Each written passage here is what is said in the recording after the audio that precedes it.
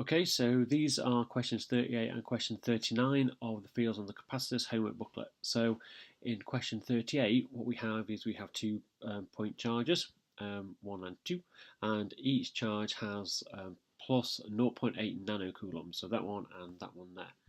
Each charge again is a distance of 40 millimeters away from each other. And what we really want to know is we would like to know what the electric potential is at point P. Now the first thing we need to think about is what electric potential is. So if you remember, electric potential is a scalar quantity, which means that we don't have to consider the direction of it. We can simply work out the electric potential from this charge at this point and the electric potential from this charge at this point, and then just add them together.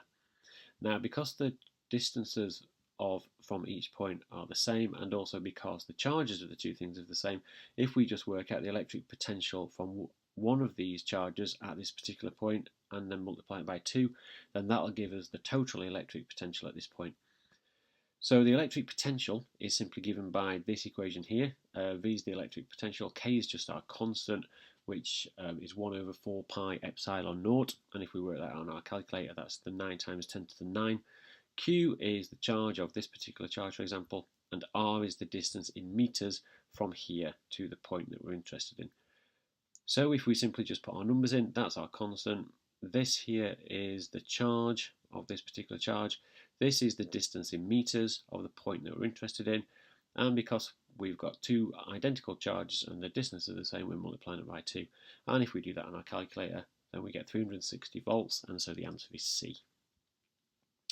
If we now look at question number 39, so question number 39 asks us, it gives us 4 different statements about a parallel plate capacitor, and basically it's asking us which one is incorrect. So if we take each one in turn, the capacitance of a capacitor is the amount of charge stored by the capacitor when the potential difference across the plates is 1 volt. So if we take this equation here, which is our basic definition for capacitance, if we set the potential difference to 1 volt, we can see that the capacitance is equal to the charge that's stored on the capacitor. So that one's definitely right. B, a uniform electric field exists between the plates of the capacitor. Well, a capacitor is made up basically of 2 parallel plates, so there is a uniform electric field between them, so that one's definitely right. When we get to C, the charge stored on the capacitor is inversely proportional to the PD across the plates. Well, again, if we go back to this equation and rearrange it, we'd end up with CV is equal to Q. So basically Q, the charge, would be proportional to the potential difference across the plates, not inversely proportional. So that one's definitely wrong. So actually our answer is C, because we're looking for the incorrect statement. Just as a check, the energy stored when the capacitor is fully charged is proportional to the square of the potential difference across the plates. Again, we look at this equation here. So this is one of the equations we've got for the energy stored in a capacitor. So energy is half CV squared.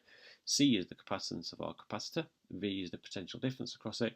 And we can see that the energy is actually proportional to the potential difference squared. So that one's right. So therefore our answer is C. So that's questions 38 and questions 39.